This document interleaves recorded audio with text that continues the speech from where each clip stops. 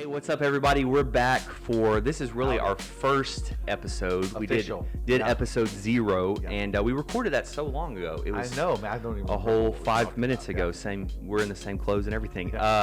Just throwing it out there. We know. Yeah, we know. You're like, are they wearing the same clothes? Yes, we are. Yeah. But welcome to really our first episode of this. We don't have a name for it yet, but No. this kind of You guys didn't do extra that yet. You didn't do that yet. extra podcast. And Yeah. today, what we're going to be talking about is we are going to be just kind of quickly recapping, or I try to as quickly as possible, our Hope in a Hostile World sermon series. Yeah. So if you don't know what that is, at Oasis, for the past 6 weeks, we've been doing a series based in the book of Daniel called Hope in a Hostile World. And the whole thought is, many of you that are watching this probably know the story of Daniel. He was taken from his homeland, into a culture that was completely opposite of his, and we'll get into that. But we were tying it into how we kind of feel like we're living in the same setting just today. It fits where we are culturally so well.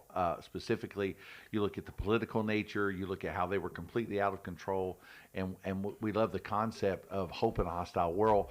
The book that kind of spurred my interest years ago was by Osborne, which is Thriving in Babylon. Mm-hmm. And I think that whole thriving concept came that nowadays, all these thousands of years later, now even with the help of the Holy Spirit, because you look back, these guys are just followers of the Torah. They're like 14, 15 years old, Yeah, and they're they just changed culture. White knuckling it. I think it's interesting. 4 guys literally saved Judaism. These 4 guys saved Judaism in a complete culture that was totally opposite of them. And it just blows my mind when you read it from that paradigm. A lot of people reread it, Daniel in the Lion's Den, the 3 Yeah, Hebrews, whatever. And we don't storybook understand. version. Yeah, we don't talk about the names. We don't talk about the identity. We don't talk about what they lost. Yeah. We don't talk about them being castrated, and eunuchs, and all that stuff. Yeah. So when you were getting into this We're series, giving away everything, and we're going to talk about yeah.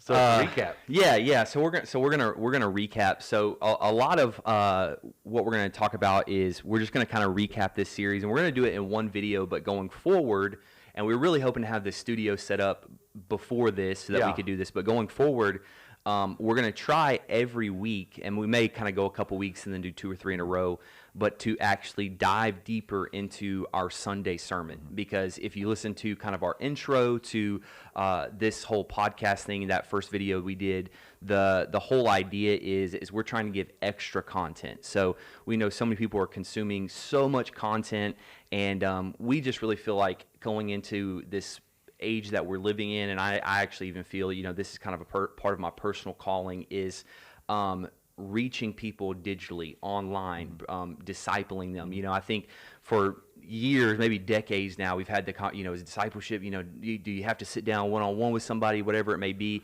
And I think this past year, basically, really, it kind of hit a lot of people even theologically, because they're like, okay, well, that's what we've said this whole time, that church is this, discipleship is this. Yeah. And so just kind of diving in and talking about some things that maybe we didn't have time for, or maybe we're just kind of maybe a little too boring for a sermon, or yeah. hey, let's be honest, even as preachers, we can be honest, sometimes we just forget, Sometimes we forget, or sometimes we're boring ourselves. Yeah. And after 2 or 3 services, we don't remember if we said it or not. Is this service That's in the so podcast true. or whatever? I can't tell you how many times we film a service. We only film one of our services, and we may say something just incredible accidentally in another service. Right. And then we go back and think everybody heard it, and they didn't. Yeah. Or we may say something not so incredible that we want to come And back we're like, and add please, some spice. please, or whatever. please delete that one. Can we add to that one? Yeah.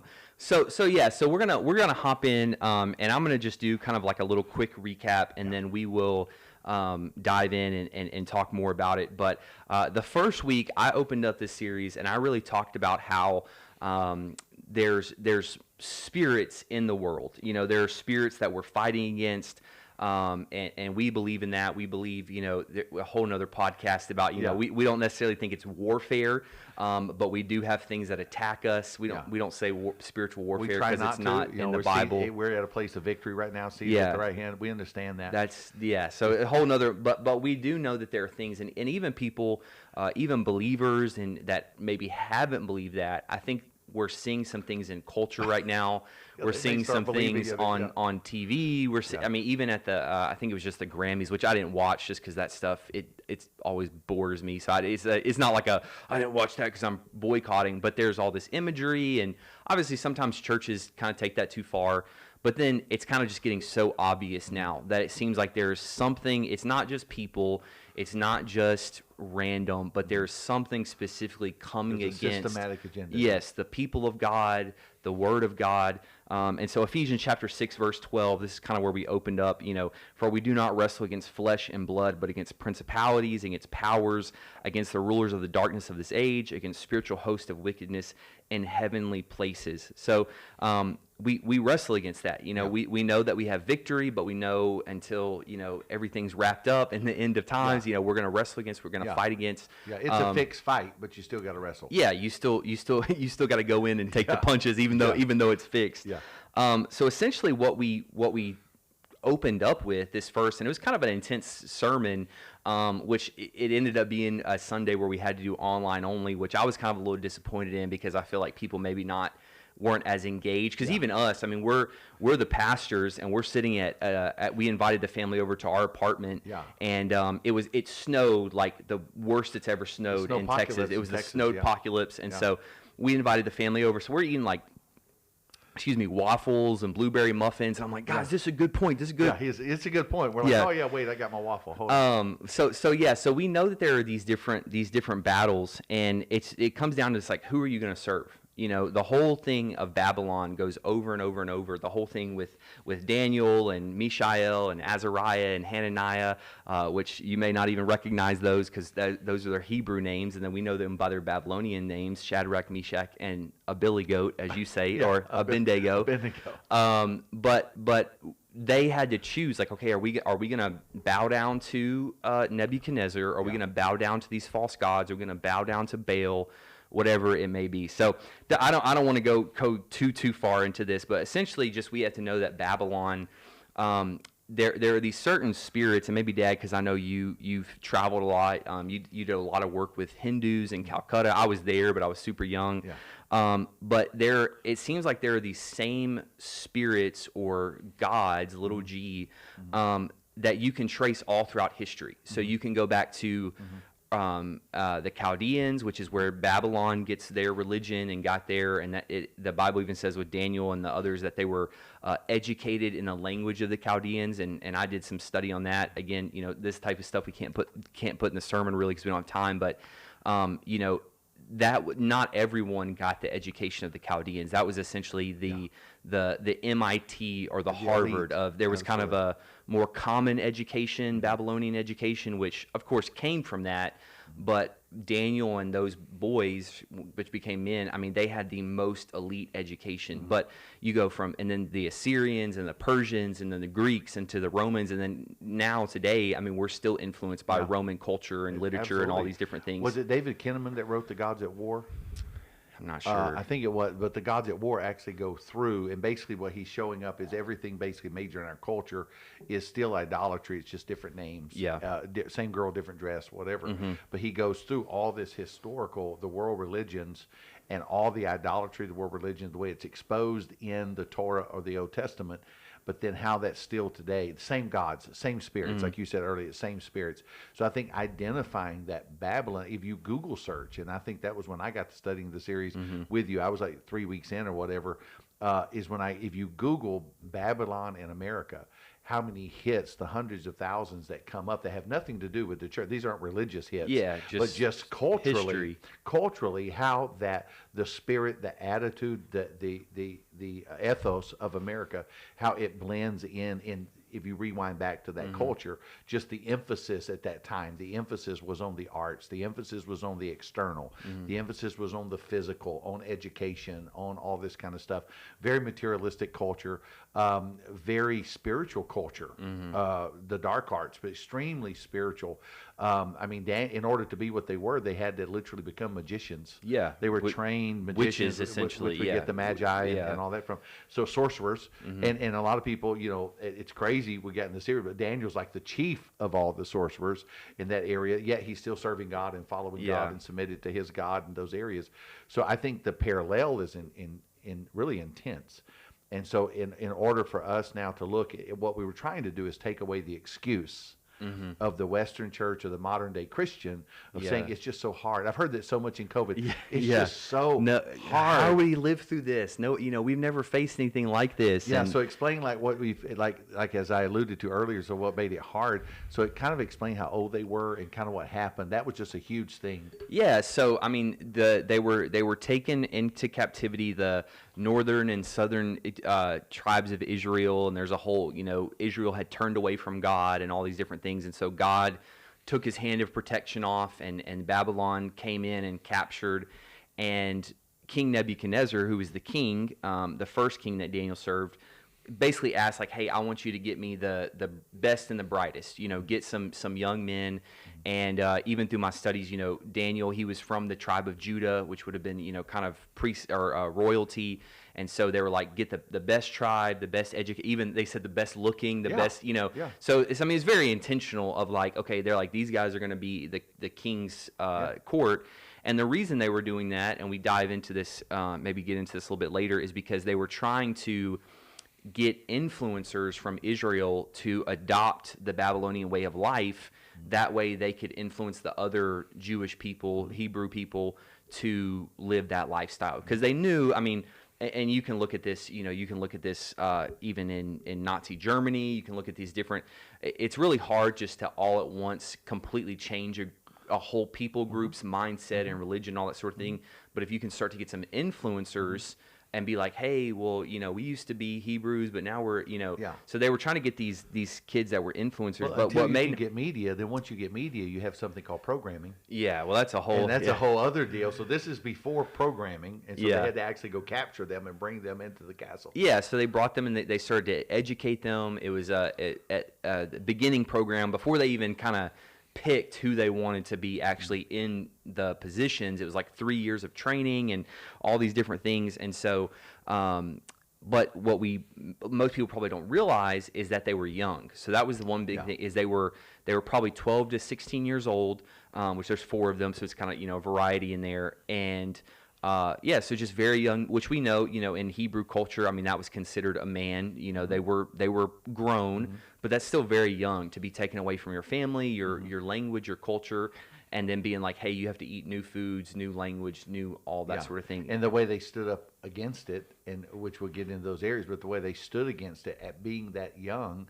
and I think most Western Christians don't realize that even today, by the time that a young man is 12 or 13 years old, from that culture, they know the Torah. They know so many things that are absolute truth to them. Yeah. You rarely see occasionally you do see an apostate or somebody pull away, but you rarely see a backslidden Jew. They may not practice, they may not go to synagogue, but as far as down in their heart, they still identify culturally, not just religion, but religion and culture is tied so close together from that community. And so at that age, to be able to withstand and actually say, I'm not even going to eat anything but food and water. I mean, vegetables and water. Yeah, that's a big deal. Yeah. Yeah. So, so just kind of moving, because we could get in, but they're brought in, and there were really a couple main gods, and this is kind of where I want to, and then we can just get into more kind of talking about how this relates to our world today. But and I forget the actual scripture. I quoted it just off the cuff, and then but now I can't come to my mind. But there's scripture about the pride of life, the lust of the eyes, and the lust of the flesh. And essentially, the 3 major gods, and I'm looking at my notes, guys, if you're wondering, in that pagan culture, and not just in Babylon, but all throughout pagan cultures, and they have, again, different names, but usually the imagery is the same. So that's something interesting. So the names may change with the language, but they look the same. And you can go, that's one thing that always is interesting to me, is like, people are like, oh, that's just all made up. And I'm like, well, how did people in ancient China and then ancient Brazil that never had contact, how did they describe the same Same spirits thing. and the Yeah. same look and Yeah, that sort absolutely. of stuff. So you have Baal, which is the big one, and you have the golden calf. That's kind of one that goes again and again throughout the Bible, and really this is just like the pride of life. This is just do what you want to do. Really prevalent in our culture right now. This is even the root of kind of modern day Satanism, because a lot of people when they think of Satanism, they think of pentagrams and salt covenants and all these, Yeah. and that's part of that. But really, the Book of Satan, Aleister Crowley, and those guys, it's just do what you want. Yeah, Do it's humanism. Yeah, it's just humanism. It's if it makes you feel good and it's not hurting anyone else. Well, they didn't teach it's not hurting anyone else, but the kind of moralistic kind of worldview of our age that we live in is like, hey, if it feels good and it's consenting and it's not hurting anyone and it's not whatever, you're good. Yeah. So you have this life, and then you have which is rebellion from God, obviously. Then you have mammon, which is the lust of the eyes, the money. I need more. I see my friend has that car, has that boat, has that house, has that job, and I want it. I want it, and it's money. And then lastly, Asherah, which is the fleshly desire, the sexual immorality, and even we read about in the Bible, Asherah poles and where people were. There were temple prostitutes, and that even goes into the New Testament. And so those are have creeped our way into the modern. They're still here. They're still in the modern era. Let me just give you these Yeah. five. Yeah, these five main points, Yeah. and then I want to hammer into where we ended last week on Yeah. your message. But these five main points are kind of go through every sermon we did in this series. Right. So these were kind of this first sermon that I did was kind of like a setup, and then we took one of these, sometimes two of them a week, and kind of went through them. But here's how you can recognize like the spirit of Babylon is if it's working, in your life or around you, whatever. The first one is it allows you to serve God as long as He's not the only God. Absolutely. So the thing with even with Daniel and those guys is Nebuchadnezzar, it doesn't explicitly say this, but knowing their culture, he would have been fine with them worshiping God, Yahweh, but as long as they were also worshiping his He expected statue. them to, Yeah. He's like, you worship your thing, do your thing. And so pulling that into our world, because Nebuchadnezzar, he's like, yeah, that's y'all's y'all's cultural That's your God. culture, yeah. That's your that's your ethnic past, that's your upbringing, but you also have to worship my God and worship me as the king. So where we see that today is a lot of people are like, hey man, you're a Christian, like that's cool, man. It's fun. But don't let it don't vote against anything that's going to affect other people. Don't try to evangelize me. Don't try to convert me. If you want to worship that way, like that's totally fine. But just make sure it doesn't That's affect not me. the God. And that goes all the way through history, like even post New Testament, like Polycarp in the early church, when he would not announce that Caesar was God, because that was a big thing with the gospel. Yeah. When he refused to say Caesar was God, they burned him at the stake. Mm-hmm. They didn't mind him being a Christian or a theologian or whatever. They're like, man, this is a smart guy, but you have to say this as well. And that goes, now in our culture, they're not burning us at the stake, but they're sure canceling us. Yeah. There's, the same spirit. Well, the same spirit still exists in the earth. So you can be Christian as long as your Christianity doesn't raise my moral standard, as long as I, in order to be a Christian, don't have to submit to that same standard. Yeah. So everybody, and that gets into, your truth, my truth, all that stuff. So number one, you can serve God, your God, as long as it's not the only God. The next one, and this one was like, I got a little tight, is it emasculates men and objectifies women. Yeah, that did get tight. And there's a lot of different, we won't dive too deep into all the different things, but we know that Ashpenaz, who was the kind of the coach, the leader, the one that was getting Daniel and Azariah and Mishael, Hananiah, the one that was training them, grooming them, we know that he was the chief of the eunuchs. And it's kind of debated, but many historians believe that for Daniel to be in the position that he would have been in, we know that he didn't have any children, that he wasn't ever married, and for him to be in the position that he would have been in, and already working with the eunuchs, that he was probably a eunuch. The chief of the eunuchs wouldn't have been dealing with him if it wasn't a eunuch. Yeah. And I think that's where most historians come. Number one, the captivity, what they did to young men anyway, coming in for that, it's most probable they were eunuchs, which takes away their future. So not only was their past, their parents, their families, whatever, their homes destroyed, so their past was annihilated, and then most probably their future was taken away. Yeah. To where they didn't have a future, they couldn't have children, their lineage, their legacy. Yeah, and just to make it plain for those of you that eunuch, kind of an old word, but they were essentially they were castrated as men, and a couple reasons they did that. One, just like you said, they had fought the Israelites and take them into captivity, so they didn't want the men to have the ability to have sons that could raise up and fight back. But then also, like I read, which was just kind of funny to me, it was talking about like the king. It was like, the king realistically probably just didn't want them around all of his wives and his harem. So it's like that should just let's be real. He just didn't want any other guys around to challenge him. So it emasculates men, and again, it's not so much about the actual act, but it's like you said, it's taking away their future. It's taking away that God-given right to go forth and procreate, to multiply, to be a father, to be to be the head of a household. All of these different things. It's not, like I said, so it's not about the way someone looks or about the actual physical side of things. It's about that destiny the side drive, of things, the destiny, the future. And then the second part was it objectifies women, and this was common in a lot of cultures, but specifically the Babylonian, this pagan culture, it was very much about women being temple prostitutes, about them being objects, being used for worship.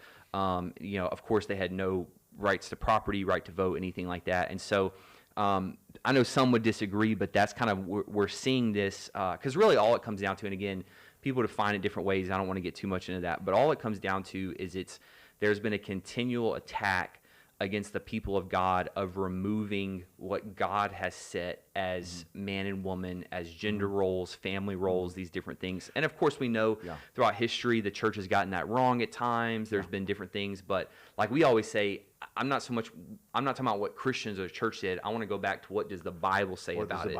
So removing those lines. The next one, and I'm going to hit this real quick because this one we want to state. We're going to get into for the rest of this, but number 3 has a focused attack on children, and so it's very purposeful that they got young people to be in the court. Common sense would be like, hey, get somebody that's already educated, get someone that's already strong, that's already all these things, but they had a reason for getting the young people, and we'll get into that.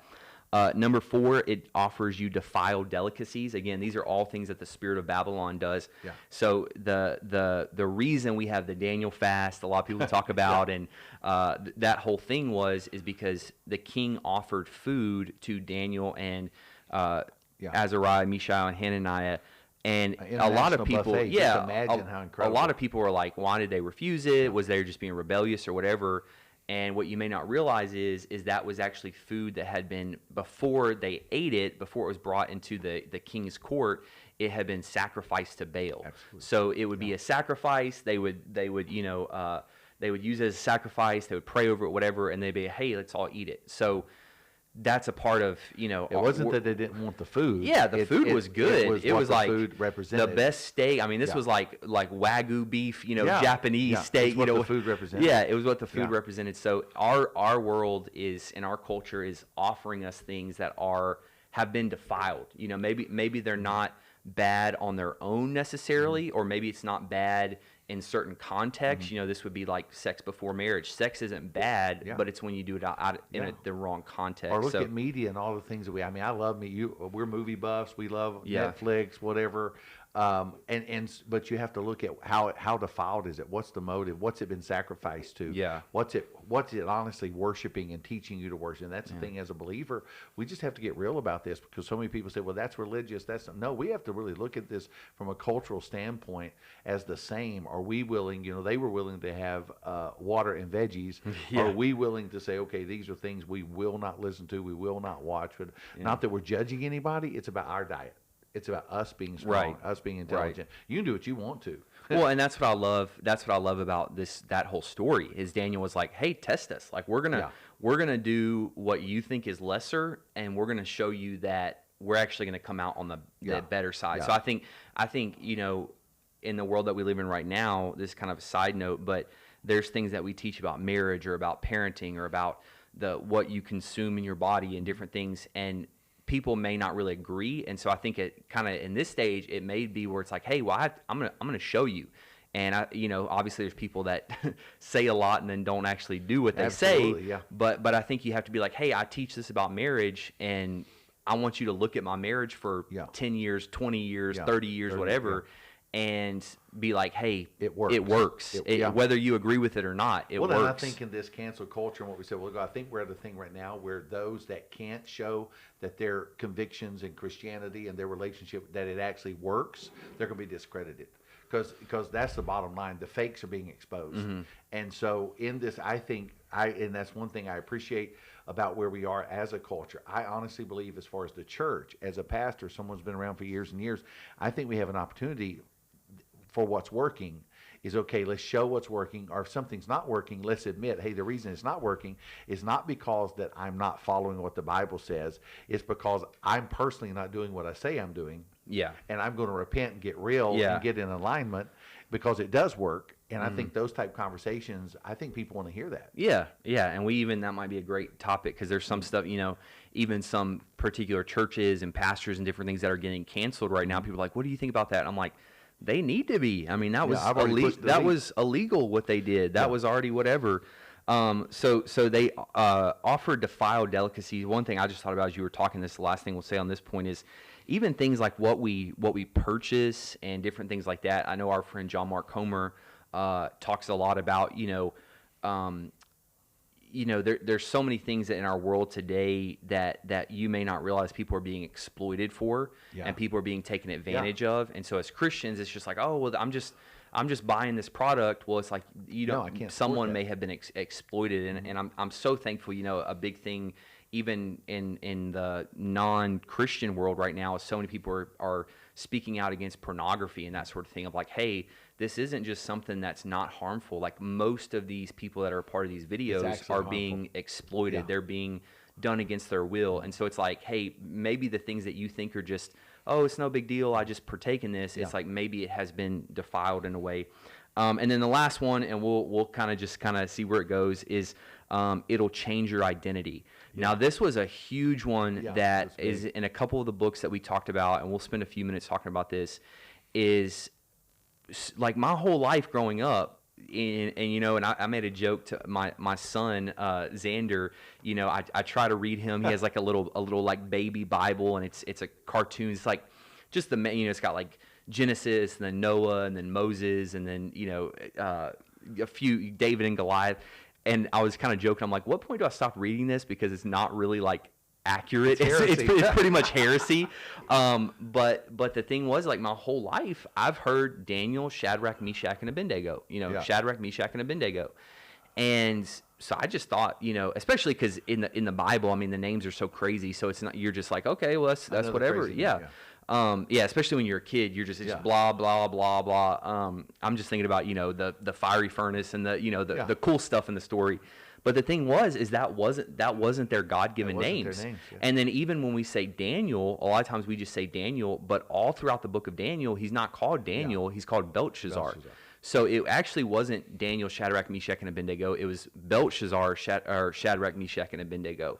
So one of the things that we really hit on, and I mean, it was just, I feel like very impactful for me, for the people of our church, was this fact that when they brought them from not only did they take away their language, their food, their families, all that sort of thing, they literally try to take away their name and who they were. Because one thing we talked about is, in modern times, kind of just, hey, what's a cool name? What's somebody, a family name or something that I like, whatever. But in that time, a name was like a prophetic destiny. So you were speaking over them. It was a declaration of what their future was going to be, and it tied them to their God. So when you read how it tied them, each of their names tied has them EL, which is a part of God. Tied them to God, and all four of their names had a theological implication. And so the first thing it was like that protected they did, by God, servant of God, he who man serves of God, the Lord, man of God. And like Daniel in particular, they actually changed his name to a female connotation to where he actually was called a girl's name. I don't know if you know that, but he was named, it would become a female name. And a lot of historians, I did a lot of study on this that kind of blew my mind. I didn't realize. I've seen in other cultures in history, you've seen where they have like the goat hair wig or whatever, and somebody painted very garishly and whatever. So that's basically how Daniel, they discredited him, where he literally wore female clothes and they gave him a girl's name, and he still was elevated. So I tell all these people that feel marginalized, or like, I don't have the right clothes, or somebody don't like me, or I'm not branded correctly. I'm like, what you need is favor with God, number one. You need a conviction. You need a conviction. You need to live what you're wanting to be, number one. So Daniel was living who God said he was, regardless of what they said about him and regardless of what they put on him.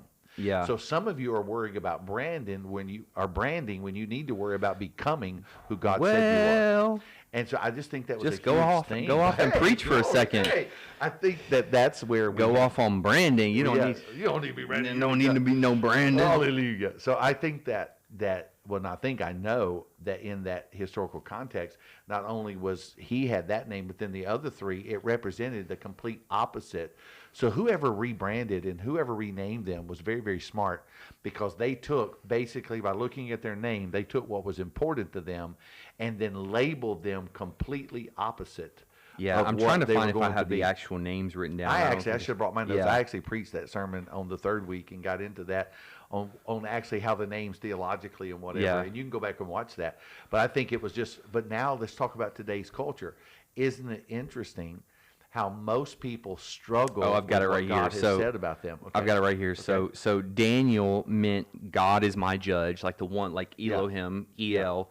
God is my judge. And then Belshazzar means lady. So like if I were to say like, hey woman, that's kind of the woman, lady, protect the king, talking about Baal. Hananiah meant Yahweh is gracious. Shadrach meant I am fearful of God. So it's going from, hey, God is gracious, God is my protector, I'm scared of God. And then Mishael is who can compare to God? It's just it's like this, every time they say their name, it's like a praise. And then his name was changed and meant despised or humiliated, or servant of Nebu. So servant of Nebo. So it's like, like you said, it was complete opposite of who they were. They were whoever did that was extremely intentional. And I think now we're talking about hope in a hostile world. All these thousands of years later, that's what's happening with our young people now.